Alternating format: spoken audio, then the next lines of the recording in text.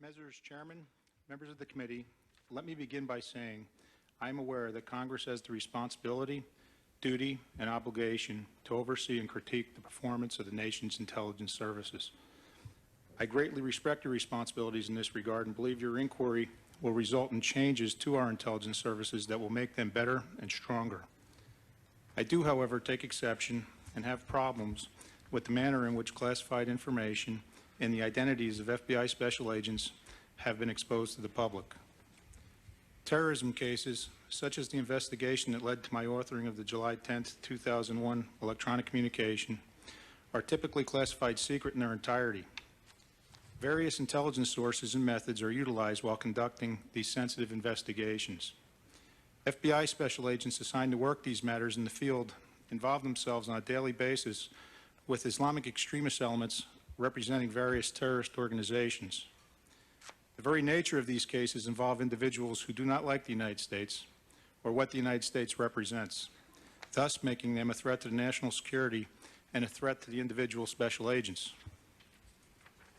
Special agents are constantly attempting to recruit human sources of information to penetrate the terrorist cells that operate in the United States and overseas. Human sources are absolutely necessary in order to obtain the intelligence needed to identify, penetrate, and neutralize the terrorist threat. The recruitment of these sources takes a great deal of time and effort in order to build a degree of trust between the special agent and the source. Good human sources are few and far between. The FBI and the United States government need to protect these sources in order to encourage others to assist us in the war on terrorism. During May of 2002, this year, I willingly testified before various closed House and Senate committees. I was graciously treated by members of these committees. However, I was astounded and very disappointed that my identity and the classified information I provided was immediately made available to the national and international news media.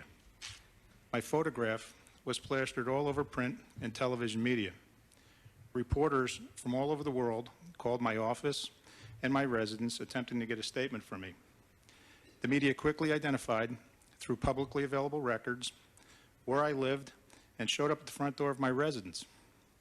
On one occasion, a reporter from an internationally known news magazine confronted my 12-year-old son while he was taking out the trash and tried to elicit information from him.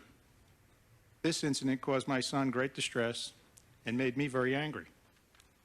The media also identified where my mother and father live and attempted to get a statement from them. In short, a circus atmosphere was created by the unnecessary release of my identity and the classified information I provided to Congress.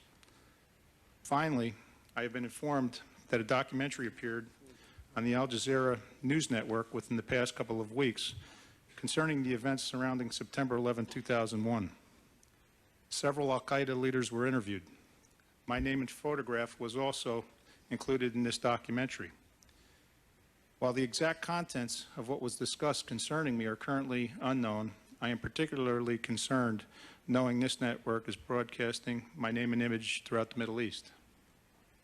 As a result of the above, despite my long-standing practice of not discussing the details of my job with my family due to its classified nature, I had to explain to my family and close friends what was happening. I explained to them that I did nothing wrong and was not solely responsible for the horrific events that took place on September 11, 2001. As you can imagine, the stress upon my family and myself was tremendous and continues until this day. On a professional level, the public exposure of my identity and the information I provided in closed testimony resulted in me having to close valued human intelligence sources who were targeted against the subject of the July 10, 2001 electronic communication. These individuals took great personal risks to their physical security to provide the United States government with information on this subject. I promised them a confidential relationship with the United States government, which was broken when my identity and the information they had provided was made public and appeared all over the world. The United States government let these individuals down. Various members of the House and Senate have publicly stressed the need for the United States intelligence community to develop more human sources to penetrate the various terrorist organizations who want to cause harm to our country and our national interests abroad. Congress will make this task very difficult if they do not take seriously the classified nature of the intelligence work. The protection of intelligence agents, human intelligence sources, and technical sources should be protected at all costs. I believe that the unnecessary disclosure of my identity has put the safety of my family and myself at risk.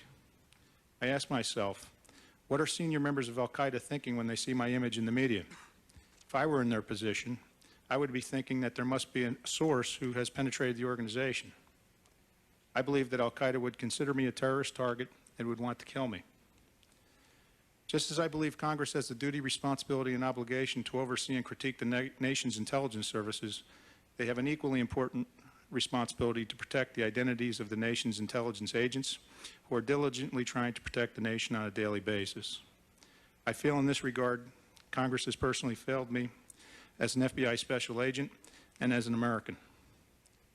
A member of Congress a couple of months ago invoked whistleblower protection for me without my asking for it.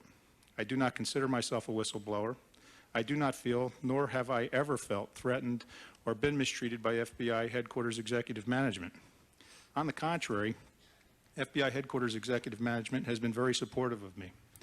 While I appreciate the member's concern for my well-being, I believe his concerns, as well-intentioned as I'm sure they were misdirected.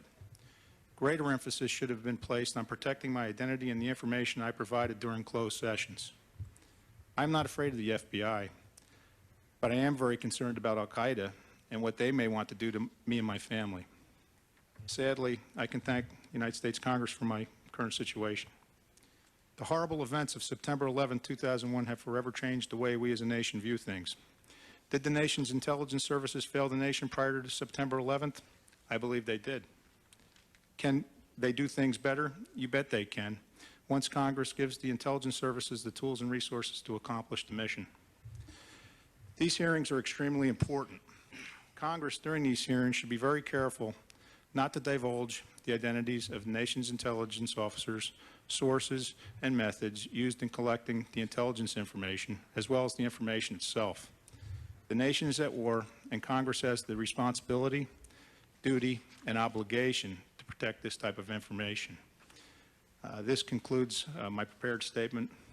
I'd be willing to take any questions. Thank you very much. We are going to have the testimony from your colleagues as well, and then we will go into our questioning mode. The gentleman from FBI headquarters. Mr. Chairman, members of the committees, I'm pleased to appear before you today. Mr. Chairman, I've been a special agent with the FBI for more than 15 years.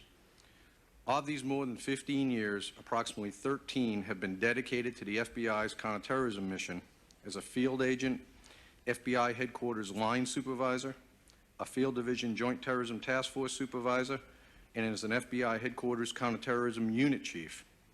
It was in the capacity of unit chief that I was serving on that most tragic day for our nation, September 11, 2001. Having returned to FBI headquarters from the field about 3 months previously. It was my group that handled the Zacharias Moussaoui matter and through which the Phoenix EC passed. Mr. Chairman, I must note that there is an ongoing capital prosecution in the Eastern District of Virginia against Zacharias Moussaoui, with defendant's jury scheduled to be selected beginning in December 2002. Because of this, and as an employee of the Department of Justice, I am bound by Local Rule 57, which prohibits prejudicial pretrial publicity to protect the constitutional trial rights of the criminal defendants. Therefore, I may be unable to answer some of your questions in an open session, but I am prepared to answer all of your questions in a closed session. Mr. Chairman, within the course of these hearings, this committee has heard of the frustrations of FBI field agents in their efforts to conduct their duties and responsibilities on behalf of the American people.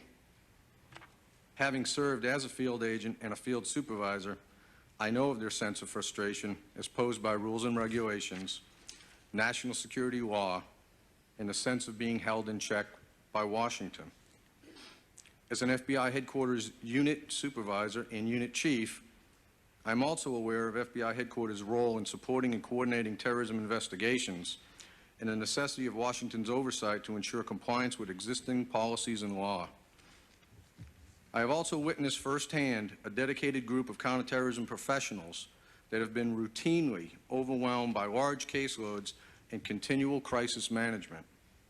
They also confront the daily frustrations posed by limited resources, especially within our analytical ranks, and inadequate technology, which hampers their ability to communicate within FBI headquarters, with our 56 field divisions and 44 legal attachés around the world, as well as with other elements of the law enforcement and intelligence community. Since September 11, 2001, our director has already made many changes within the FBI to address these systemic problems. These reforms must continue. Mr. Chairman, throughout my career, I found all of the FBI's counterterrorism personnel, agents, analysts, and other professional support to be a highly dedicated, highly competent group of professionals. They will continue to serve on the front lines of this war against international terrorists. I am now prepared to answer your questions. Thank you very much. And now, sir, the agent from Minneapolis. Thank you.